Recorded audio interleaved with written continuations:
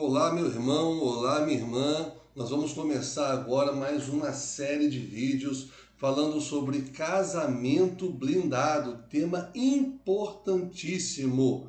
Importantíssimo porque nós sabemos pelas estatísticas que 50% dos casamentos terminam em divórcio. E dos 50% que continuam casados, apenas 20% são realizados no casamento. O que eu quero dizer com isso? Eu quero dizer que aqueles que não se divorciam e continuam casados, continuam muitas das vezes por causa dos filhos, por causa do patrimônio, por causa da dependência emocional, ou seja, por diversas razões que não pelo amor, que não pelo prazer de estar junto. Na verdade, a pessoa até se arrependeu de ter casado, mas continua casado por inúmeras circunstâncias. Isso é muito ruim. Porque quando você é casado nessas circunstâncias, você está carregando um fardo sobre você. Uma vida infeliz de conviver com alguém que você não ama. E por quê? O que acaba com esse amor, né? Por que as pessoas estão se divorciando?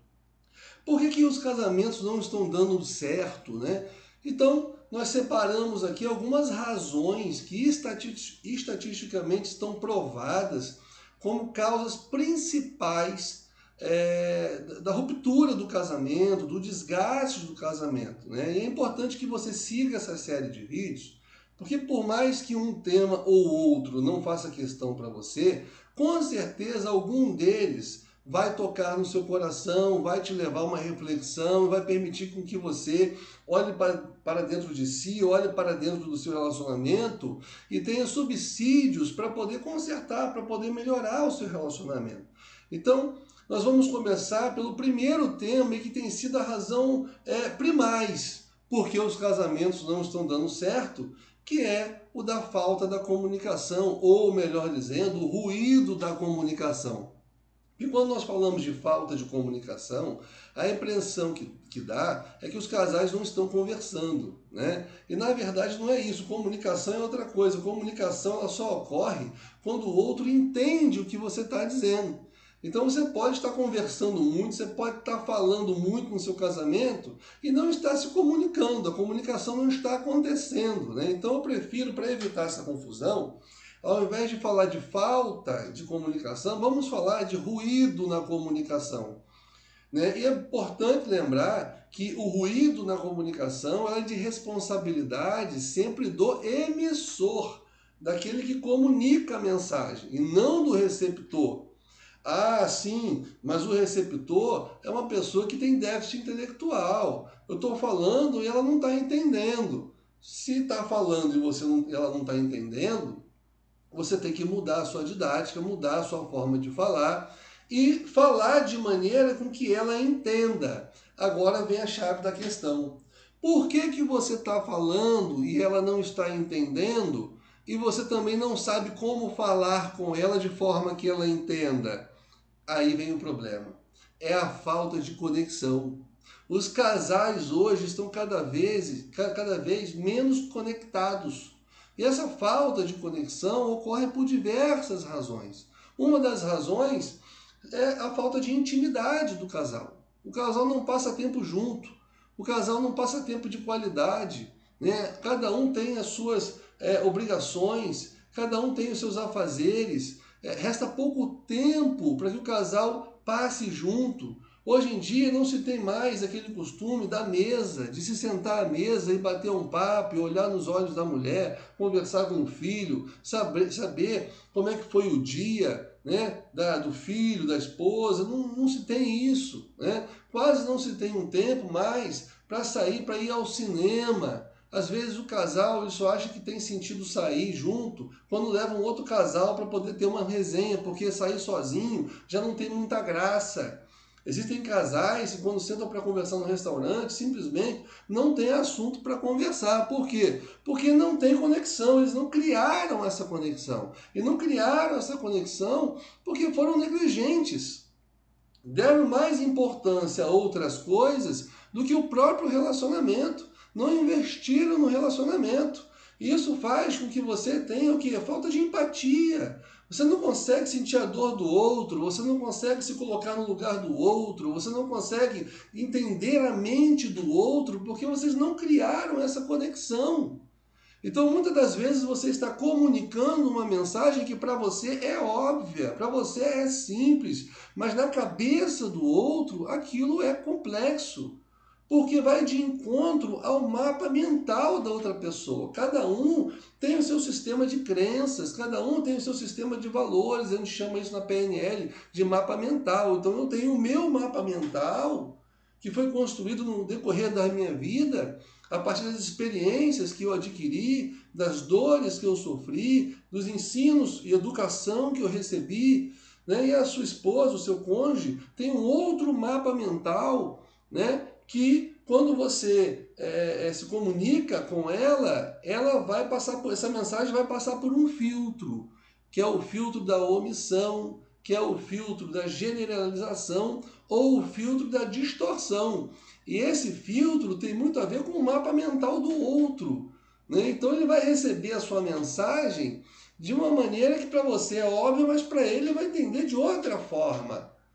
Então é muito importante, quando você entende o mapa mental do outro, você consegue se comunicar melhor. Mas para isso você precisa o quê? Primeiramente, se conectar com o seu cônjuge, né? Se você não se conectar com ele, simplesmente a comunicação vai se tornar impossível. E aí parece que é estranho, né? Você fica, gente, mas que absurdo.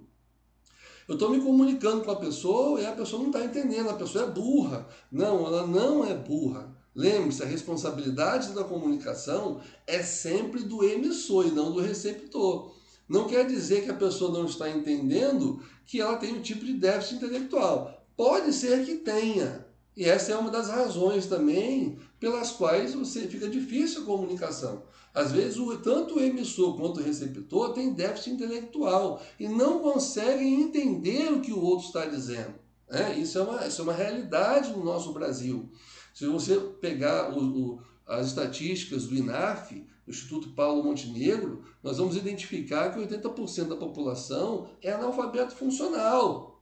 Considerando os níveis, né, rudimentar, elementar, se considerar todos eles, 80% é analfabeto funcional. Ou seja, segundo, né, de forma mais precisa, as estatísticas, apenas 12% da população brasileira, é muito pouco, gente, consegue distinguir fato de opinião. Né? Então você está contando uma opinião e a pessoa está entendendo como se fosse um fato. E às vezes se ofende com o que você está falando. Por quê? Porque ela realmente não tem esse discernimento, ela não consegue entender. Então o déficit intelectual existe? Existe. Também dificulta? Dificulta, mas volto a dizer, se existe, cabe ao emissor buscar através de uma conexão melhorar a sua mensagem, melhorar a sua comunicação, porque senão fica difícil, né? Um outro problema na comunicação que nós observamos é a falta de inteligência emocional. Ou seja, tem pessoas que se ofendem por tudo. Tem pessoas que você não pode simplesmente ser verdadeira com ela, porque a verdade vai machucar. E nós vivemos numa cultura pós-moderna, que já até nem é mais pós-moderna, nós já passamos da pós-modernidade e já estamos na cultura pós-verdade. Ou seja, vivemos uma época em que a verdade não é bem-vinda. As pessoas preferem a mentira.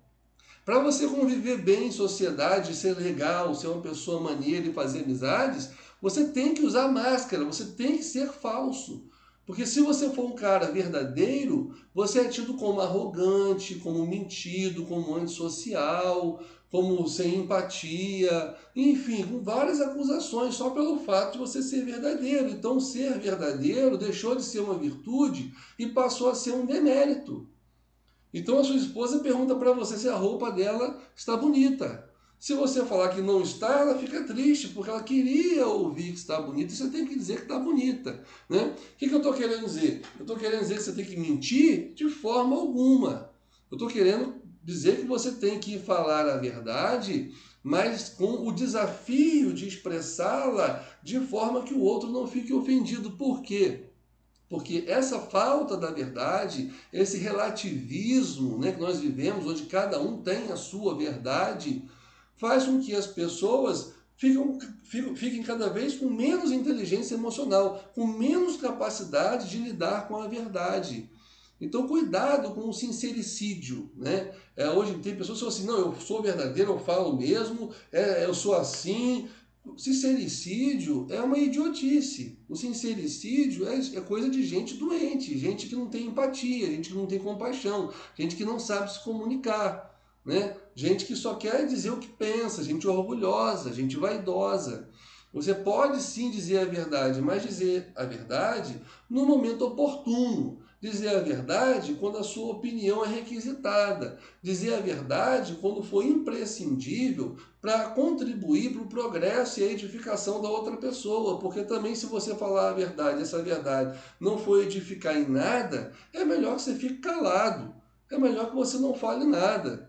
Então, esses ruídos que existem na comunicação, principalmente pela falta de conexão, de entender o mapa mental do outro, né, e de transmitir uma mensagem eficiente, está fazendo com que esses casais vivam, né, sem entendimento. Isso vai gerando todo um desgaste emocional, né? Um desgaste emocional que com o tempo vai tirando toda a vontade de estar juntos, de conviver. É por isso que o casal, por exemplo, não sai mais sozinho. Ele começa agora a procurar outros casais para saírem com eles. Por quê? Porque eles não se bastam sozinhos. Eles não têm mais prazer de estar sozinhos. E por quê? Porque a comunicação é ruim. Já aconteceu com você de você sentar com um amigo, uma amiga para conversar e aquele papo é chato e você fica doido para ir embora? Imagina num casamento isso. Gente, é insuportável. Você quer ficar fora de casa para não ter que conversar com a pessoa. E tudo isso porque um não entende o mapa mental do outro. Tem gente, por exemplo, que tem dificuldade de ouvir. A pessoa só quer falar, mas não escuta. Se você não escutar, você nunca vai entender o mapa mental do outro. Você tem que ouvir mais do que falar. Essa é a grande virtude de quem preza por uma boa comunicação. Ouvir mais do que falar. Falar quando for necessário. O último detalhe é o seguinte, o orgulho. Meu irmão, minha irmã, o orgulho é uma desgraça para a comunicação, porque só você está certo, né? O outro sempre está errado. E você não tem a capacidade de reconhecer os seus erros. Como é que se estabelece uma comunicação sadia com alguém que sempre está certo, não consegue reconhecer os seus erros, não consegue pedir perdão, não consegue voltar atrás, não consegue parar para escutar, e isso é uma característica de gente orgulhosa, gente que fala muito, mas não escuta. Normalmente você pode ter certeza que ali tem orgulho. Porque a pessoa que não é orgulhosa, a pessoa que é humilde, né? A pessoa para ouvir, ela não tem dificuldade de ouvir, mas a pessoa orgulhosa, que é cheia de si, rapaz, ela não tem paciência para ouvir ninguém, ela só quer falar, chega a ser uma pessoa chata. Então, meu querido, a comunicação é uma das principais razões, se não a principal, pela qual os casamentos estão cada vez mais sendo destroçados, né? Eu queria ler um versículo com vocês, que está aqui em Colossenses, no capítulo 4, no verso 6, que diz o seguinte: a vossa palavra seja sempre agradável, temperada com sal, para saberdes como deveis responder a cada um. Então veja, ele joga aqui a responsabilidade da comunicação para o emissor. É o emissor que tem que calcular, que tem que prever, que tem que temperar a sua mensagem, a sua palavra, para que o outro receba de forma satisfatória, de forma agradável. Então, meu irmão, comece mais a prestar atenção no que você tem falado, cuidado com o sincericídio, passe a ouvir mais e falar menos, seja menos orgulhoso, seja mais humilde, né? Crie mais conexão com seu cônjuge, passe mais tempo juntos, converse mais sobre a intimidade de vocês, pergunte o que ela gosta, pergunte o que ele gosta. Eu já recebi um senhor de 62 anos de idade com um problema na área sexual, e quando ele me falou aquilo, eu perguntei para ele, e a sua esposa diz o quê? E ele falou, não, eu nunca conversei sobre esse assunto com ela. Eu falei, cara, mas você está quanto tempo casado? 30 e poucos anos. E eu falei, você está há 30 e poucos anos e você não falou com ela por quê? Não tem coragem. Ou seja, o cara está casado há 30 e poucos anos com a mulher e não tem intimidade para conversar o assunto com a mulher. E sofre, pensando que a mulher está imaginando coisas dele que talvez nem esteja imaginando. E talvez se resolveria todo o problema com uma única pergunta. Uma única pergunta a mulher ia responder, ia resolver, mas o cara não tem coragem de se expressar. Irmãos, pelo amor de Deus, isso é muita ignorância. Então, que essas dicas preciosas você possa abraçá-las e que você possa colocar em prática a partir de hoje para começar a melhorar, dar mais qualidade ao seu casamento, ao seu relacionamento, tá bom? Até o próximo vídeo, te espero lá. Grande abraço.